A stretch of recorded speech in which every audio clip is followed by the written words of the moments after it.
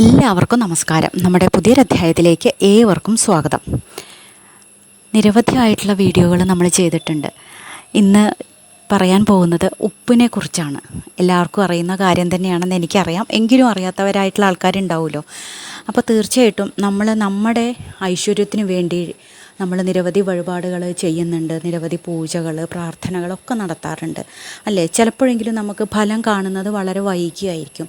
ഒരു പക്ഷേ നമ്മുടെ ഉള്ളിലെ നെഗറ്റീവ് എനർജിയൊക്കെ നമ്മുടെയൊക്കെ ഈ പ്രാർത്ഥനകളിലൂടെ നാമജപത്തിലൂടെ ഒക്കെ നമുക്ക് മാറ്റാനായിട്ട് സാധിക്കും. പക്ഷേ നമ്മുടെ വീട്ടിൻ്റെ അകത്ത് അതുണ്ടെങ്കിലോ, അപ്പോൾ അതും കൂടി മാറ്റിയാലല്ലേ നമ്മൾ ഈ ചെയ്യുന്ന കാര്യങ്ങൾക്കൊക്കെ ഇരട്ടിയായിട്ട് വേഗത്തിൽ ഫലം കിട്ടുള്ളൂ.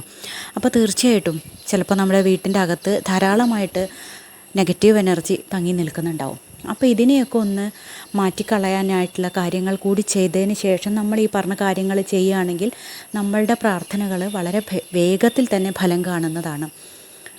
അപ്പോൾ ഉപ്പ് നേരത്തെ പറഞ്ഞല്ലോ, ഉപ്പ് ഒരുവിധം എല്ലാ ട്രഡീഷനിലുള്ള ആൾക്കാർ ഉപ്പിൽ വളരെയധികം വിശ്വാസമുള്ള ആൾക്കാരാണ്.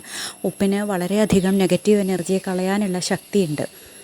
അപ്പോൾ ഈ ഉപ്പ് ഉപയോഗിച്ചിട്ട് നമ്മൾ പലതരത്തിലുള്ള കാര്യങ്ങൾ ചെയ്യാറുണ്ട്. ഏറ്റവും എളുപ്പത്തിലുള്ള ഒരു കാര്യം പറയാമെന്ന് വിചാരിച്ചു.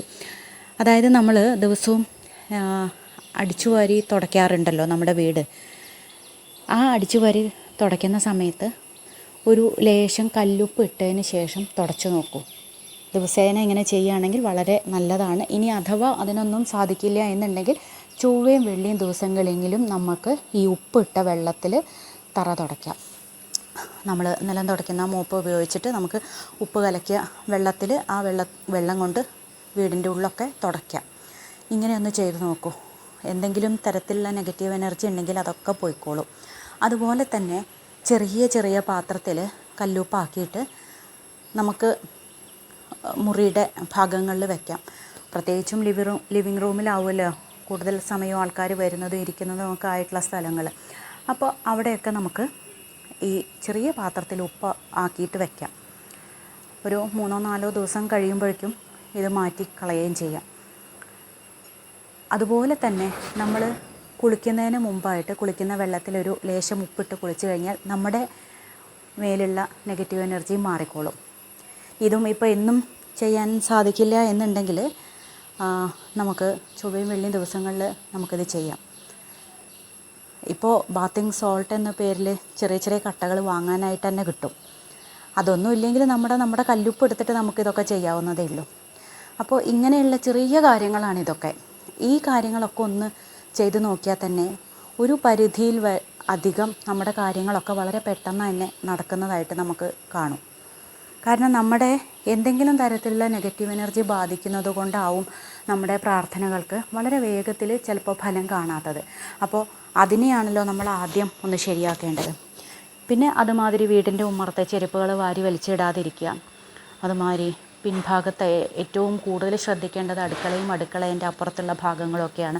അവിടെയൊക്കെ ഏറ്റവും വൃത്തിയായിട്ട് സൂക്ഷിക്കുക. പരിസരമൊക്കെ ഏറ്റവും നല്ല വൃത്തിയായിട്ട് കുപ്പകളൊന്നും കൂടിക്കിടക്കാതെ ഭക്ഷണത്തിൻ്റെ വേസ്റ്റ് അവിടെയും ഇവിടെയും വലിച്ചിടാതെ അങ്ങനെയൊക്കെ ഒന്ന് ശ്രദ്ധിച്ചാൽ തന്നെ നമ്മുടെ കാര്യങ്ങൾ നമ്മുടെ വീട്ടിലേക്കുള്ള പോസിറ്റീവ് എനർജി വളരെ പെട്ടെന്ന് തന്നെ കൂടുന്നതായിട്ട് നമുക്ക് മനസ്സിലാക്കാനായിട്ട് സാധിക്കും.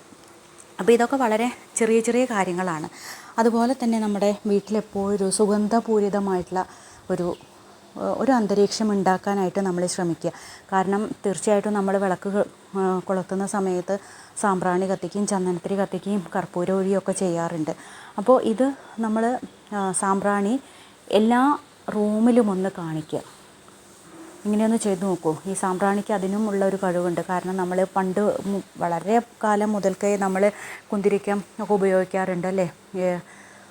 വിശേഷ അവസരങ്ങളിലാണെന്ന് മാത്രമേ ഉള്ളൂ. പക്ഷേ ഇത് നമുക്ക് സ്ഥിരമായിട്ട് നമ്മുടെ വീട്ടിലൊക്കെ ചെയ്തു കഴിഞ്ഞാൽ നല്ലൊരു സുഗന്ധം നമ്മുടെ വീടിൻ്റെ അകത്ത് ഉണ്ടാവുകയും ചെയ്യും. അതുമൂലം നമ്മുടെ വീട്ടിലേക്ക് ഒരാൾ കയറി വരുമ്പോൾ തന്നെ അയാൾക്ക് തന്നെ നല്ലൊരു ഒരു പ്രസന്നമായിട്ടിരിക്കുന്ന ഒരു അന്തരീക്ഷത്തിലിരിക്കുന്ന ഒരു പ്രതീതി ആ വരുന്ന ആൾക്കാർക്കും ഉണ്ടാവും. അപ്പോൾ തീർച്ചയായിട്ടും അവിടെ ഇരുന്ന് സംസാരിക്കാനും കാര്യങ്ങൾ പറയാനും ഒക്കെ കൂടുതൽ ഉത്സാഹം തോന്നും, നമുക്കും ഉണ്ടാവും. കാരണം നമ്മുടെ വീട്ടിൻ്റെ അകത്ത് എപ്പോഴും ഒരു നല്ല ഒരു ഗന്ധം എപ്പോഴും നമുക്ക് അനുഭവിക്കാൻ സാധിക്കുകയാണെങ്കിൽ നമുക്ക് തന്നെ അത് വളരെ സന്തോഷം, മനസ്സിന് സന്തോഷം തരുന്നൊരു കാര്യമാണല്ലേ. നമ്മുടെ മനസ്സിന് സന്തോഷം കൂടുന്തോറുമാണ് നമ്മുടെ ചെയ്യുന്ന പ്രവൃത്തികൾക്ക് ശക്തി കൂടുന്നത്. കാരണം നമ്മൾക്ക് കൂടുതലായിട്ട് നമ്മുടെ മനസ്സ് ധാരാളമായിട്ട് നമ്മുടെ ബുദ്ധിയൊക്കെ നന്നായിട്ട് പ്രവർത്തിക്കുകയും തന്മൂലം നമ്മൾ ചെയ്യുന്ന കാര്യങ്ങളൊക്കെ ഏതൊക്കെ ചെയ്യണം, എങ്ങനെ ചെയ്യണം എന്നുള്ളതിനെക്കുറിച്ച് വ്യക്തമായ ധാരണ നമ്മളിൽ ഉണ്ടാവുകയും അതോടൊപ്പം നമ്മുടെ ഉയർച്ചയും തുടങ്ങുകയും. അപ്പോൾ തീർച്ചയായിട്ടും ഇതൊക്കെ നമ്മൾ ചെറിയ കാര്യങ്ങളാണെന്ന് വിചാരിക്കും, നിസ്സാരം എന്നൊക്കെ വിചാരിക്കുന്ന ഈ കാര്യങ്ങളൊക്കെ നമ്മളൊന്ന് മാറ്റിക്കഴിഞ്ഞാൽ നമ്മുടെ ജീവിതത്തിൽ പടിപടിയായിട്ട് നമുക്ക് ഉയരങ്ങളിലേക്ക് എത്താനായിട്ട് സാധിക്കും. അപ്പോൾ ഇത് നമുക്കെല്ലാവർക്കും ചെയ്യാൻ പറ്റുന്ന കാര്യമായി. ഇപ്പോൾ പറഞ്ഞ മാതിരി എല്ലാ ദിവസവും ഇതൊക്കെ ചെയ്യാൻ പറ്റിയില്ലേ എങ്കിലും ചൊവ്വയും വെള്ളിയും ദിവസങ്ങളിൽ നമുക്ക് ഇത് സ്ഥിരമായിട്ട് ചെയ്യാനായിട്ട് നമ്മൾ ശ്രമിച്ചുകൊണ്ടിരിക്കുക. അപ്പോൾ സ്ഥിരമായിട്ട് ചെയ്യുമ്പോൾ മാറ്റങ്ങൾ പതുക്കെ വന്നോളും. ആ മാറ്റങ്ങൾ നമ്മൾ കുറച്ച് കഴിഞ്ഞാലേ ചിലപ്പോൾ നമുക്ക് മനസ്സിലാവുള്ളൂ, പക്ഷേ മാറ്റമുണ്ടാവും എന്നുള്ളത് ഉറപ്പായിട്ടുള്ള കാര്യമാണ്. അപ്പോൾ നമ്മുടെ ഈ ചെറിയ മാറ്റങ്ങളിൽ കൂടി വലിയൊരു മാറ്റം നമ്മളെ കാത്തിരിക്കുന്നുണ്ട്. അപ്പോൾ ആ മാറ്റത്തിന് വേണ്ടിയിട്ടാണ് നമ്മൾ ഓരോരുത്തരും അഹോരാത്രം കഷ്ടപ്പെടുന്നത്. അപ്പോൾ ഇങ്ങനെയുള്ള ചെറിയ കാര്യങ്ങളൊക്കെ ഒന്ന് ചെയ്താൽ വളരെ വിശേഷമായി. അതുപോലെ തന്നെ നമ്മുടെ പൂജാമുറിയിൽ നമ്മൾ ഒരു ദിവസമെങ്കിലും നമുക്ക് നെയ്വിളക്ക് കൊളുത്താം. നെയ്വിളക്ക് കൊളുത്തുമ്പോൾ വളരെ വിശേഷാൽ ഒരു ഗന്ധം നമുക്ക് പൂജാമുറിയിൽ ഉണ്ടാവാറുണ്ട്. നിങ്ങൾ ശ്രദ്ധിച്ചിട്ടുണ്ടോ എന്നറിയില്ല. നെയ്വിളക്ക് കൊളുത്തുന്നതും സാധാരണ എണ്ണ ഉപയോഗിച്ച് കൊളുത്തുന്നതും തമ്മിൽ 2 ഗന്ധങ്ങളാണ് ഉണ്ടാവാറ്. അപ്പോൾ നെയ്യിന് കുറച്ചും കൂടി അധികം നല്ലൊരു ഗന്ധം ഉണ്ടാവാറുണ്ട്. കാരണം അമ്പലങ്ങളിലൊക്കെ പോയി കഴിഞ്ഞാൽ കാണാറില്ലേ, അവിടെയൊക്കെ നെയ്വിളക്ക് കൊളുത്തുമ്പോൾ ഒരു പ്രത്യേക സുഗന്ധം നമുക്ക് അവിടെ അനുഭവപ്പെടാറില്ലേ. അപ്പോൾ ഒരു ദിവസമെങ്കിലും നിങ്ങൾക്കിപ്പോൾ കൃഷ്ണനെയാണ് കൂടുതൽ ഉപാസിക്കുന്ന ആൾക്കാരെന്നുണ്ടെങ്കിൽ തീർച്ചയായിട്ടും വ്യാഴാഴ്ച ദിവസങ്ങളിൽ നെയ്വിളക്ക് കൊളുത്തുക എന്നുള്ളതൊരു ശീലമാക്കുക. ഒരു നേരമെങ്കിലും നമ്മളെക്കൊണ്ട് ചെയ്യാൻ സാധിക്കുന്ന പോലെ, ഓരോരുത്തർക്കും പറ്റുന്ന പോലെ ആ കാര്യങ്ങളൊക്കെ അങ്ങനെ നമുക്ക് പറയാനായിട്ട് പറ്റുള്ളൂ. അപ്പോൾ ഇങ്ങനെയുള്ള ചെറിയ മാറ്റങ്ങൾ വരുത്തി നോക്കൂ. വളരെ വലിയ ഒരു വിജയം നമ്മുടെയൊക്കെ മുമ്പിലുണ്ട്. അപ്പോൾ ഓരോരുത്തർക്കും ഏറ്റവും നല്ലൊരു ജീവിതം ഉണ്ടാവട്ടെ. നിങ്ങളുടെ കുടുംബത്തിലും വീട്ടുകാർക്കിടയിലും എല്ലായിടത്തും ഏറ്റവും നല്ല പോസിറ്റീവായിട്ടുള്ള കാര്യങ്ങൾ സംഭവിക്കട്ടെ. പോസിറ്റീവ് എനർജി നിങ്ങളുടെ കുടുംബത്തിലൊക്കെ നിറഞ്ഞു നിൽക്കട്ടെ. എല്ലാവരും ആഗ്രഹിക്കുന്ന ആ ഒരു ഉയരങ്ങളിലേക്ക് എല്ലാവരും എത്തിപ്പെടാൻ വേണ്ടിയിട്ട് ഭഗവാനോട് പ്രാർത്ഥിച്ചുകൊണ്ട് എല്ലാ ഐശ്വര്യങ്ങളും നേർന്നുകൊണ്ട് മറ്റൊരു വിഷയമായി വീണ്ടും കാണാം.